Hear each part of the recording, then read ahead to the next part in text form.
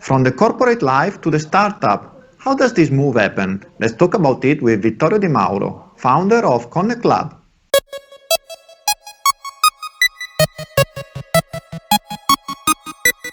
Okay, we are here with Vittorio Di Mauro today. Hi Vittorio, how are you doing? Hi.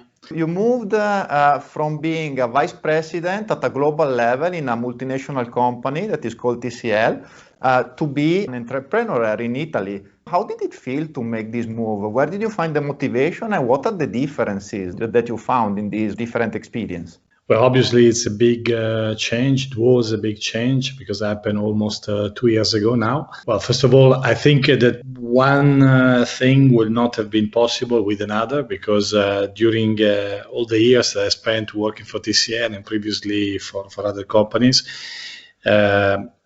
without realizing, you fundamentally accumulate experience, knowledge, and a contact network that at the end of the day is absolutely essential to for what I'm doing now. So the two things at the end are closely related together.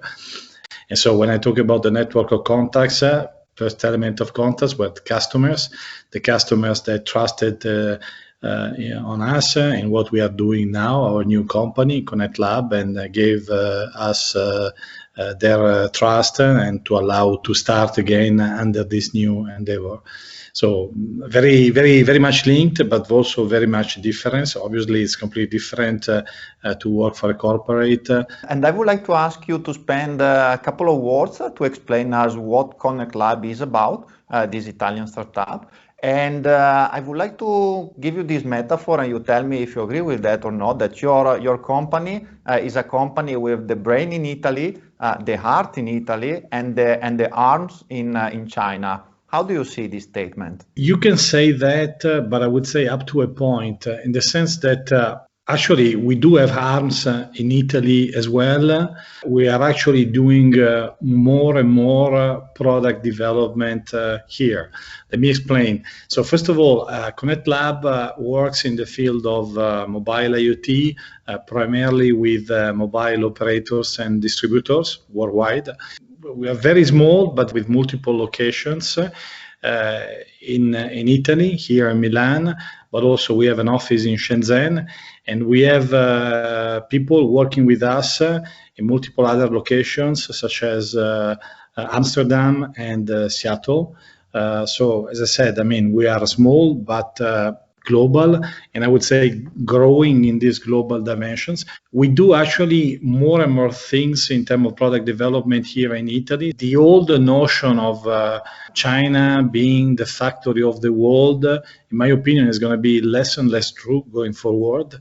And so the products that we developed are not only products, but also apps and services. So there is a very strong digital dimension in what we do, and it makes a lot of sense to do these kind of things here in Europe or here in Italy in particular, because for instance, the app, which is a critical element of the product that we develop, is a never-ending product, and it works in tight relationship with Google Apps and Google Maps, for instance, which doesn't work in China. So what's the point of doing that kind of development in China? It becomes very difficult. The user experience cannot be replicated and tested. So the place where you can do this kind of things is here, and that's what we're trying to do.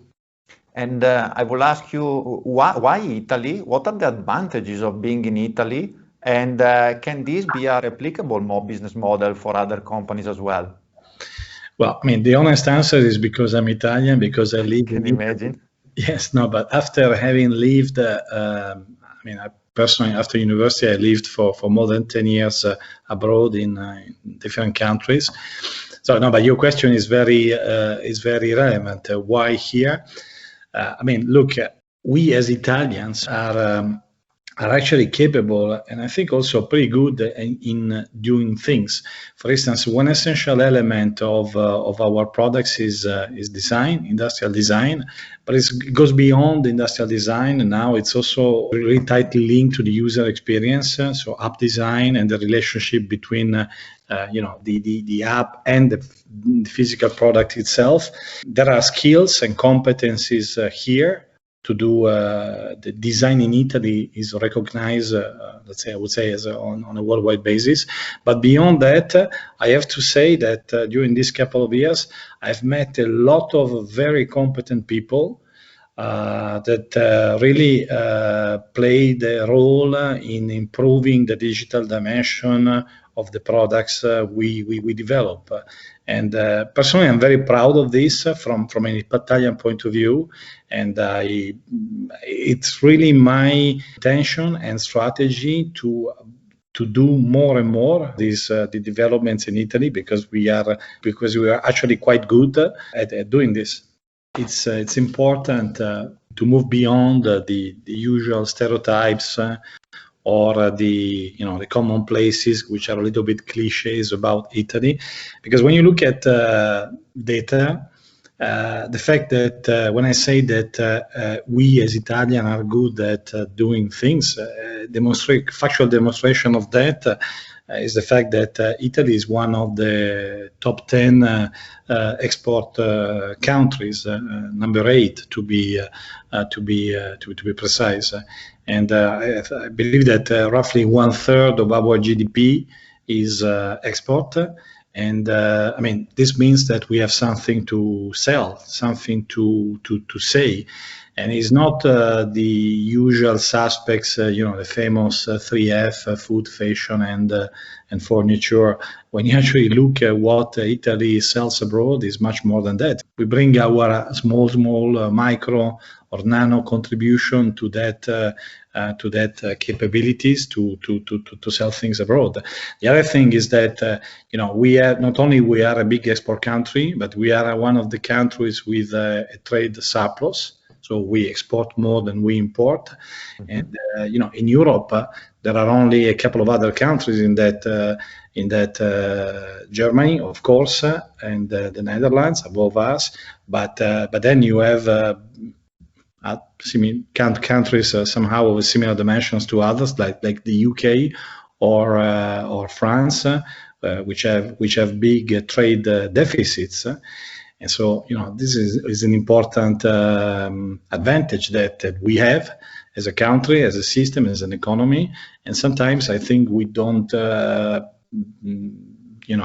appreciate enough of some positive structural elements that we have as a country, as manager, as companies, and so on. And you mentioned this magic word, IoT, Internet of Things, which is a domain where you started working a few years ago when the definition of IoT actually didn't exist yet. Is IoT nowadays becoming actually the major trend that everybody was expecting, or is it still a niche market? And in case it is still a niche market, is niche beautiful?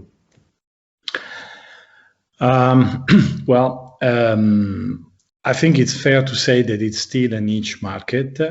But first of all, we are a small company still, and so there is a good fit between us as a company and the market that we work within, which is a niche. So there is actually a good fit. It's only a starting point, I think, because I think that there are, I would say, multiple signs that step by step, the IoT market, and in particular the mobile IoT market or cellular IoT market, that is a different kind of products with a cellular connectivity, is going to develop. Why do I say this? Because it makes sense from a consumer point of view for a lot of different applications.